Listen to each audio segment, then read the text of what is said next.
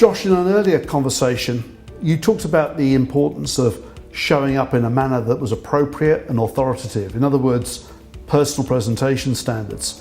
What are your views on how an estate agent should appear today? Well, Peter, at the end of the day, hygiene matters. And I think that's a really important part around what it is that we do. A neat cut haircut, be in a position that you actually are presented brilliantly and to the same standard each time. So I have a uniform that I wear, which is a blue suit and a white shirt. I wear that everywhere that I go in business. And I know that you've had Wendy Alexander from Barfoot and Thompson come to speak at one of your events previously from New Zealand. And what her advice to the ladies was quite stern. She said, if you can see up it, if you can see down it, if you can see through it, then you shouldn't wear it.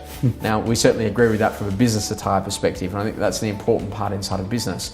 But it's really about making sure that you understand that the consumer can identify that you are an estate agent, that they are in a position that if you take care in your pride of presentation, you'll also do exactly the same when it comes to their property, and also to do all of the right things at a professional level.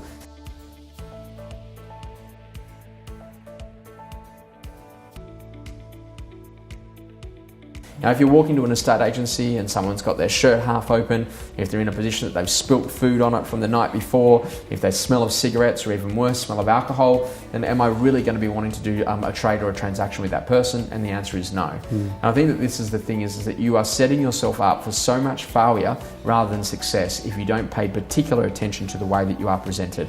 Because it's that routine that you can't be disciplined in one area of your life and not be disciplined in others. Yeah, I mean, to my mind, it's very much this whole idea of actually getting into state, getting into the right state, and actually how you look and how it affects how you feel. And it's all about setting those standards that where you want to show up, where you feel good in terms of how you look and so on, which actually I think ultimately impacts on the performance that you give in any given situation. And there's certainly the key here is that what I think a great estate agent does is that they understand that there is a uniform that everyone in the office wears, and they wear it with pride, because it is a uniform that actually allows all body types to feel really confident and comfortable about who they are as people, but also to match the demographic of the audience that they're serving. And to give you an idea, Peter, I haven't worn a tie for the last 10 years. Now, some people might say, well, is that a lax professional standard? But the reality of it is that they said that I was intense enough before I even put a tie on. So I made the decision to be really consistent around what it is that I do. But I wanted to make sure that I was approachable to my audience. Now, can I wear a hoodie when I go to present?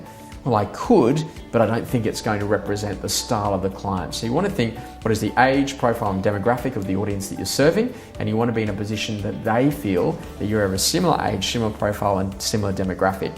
And the last thing that you want to do is to overdress. And it's just as much a crime as underdressing. And what I mean by that is that if you make the client feel that you are so above them, they won't relate to you.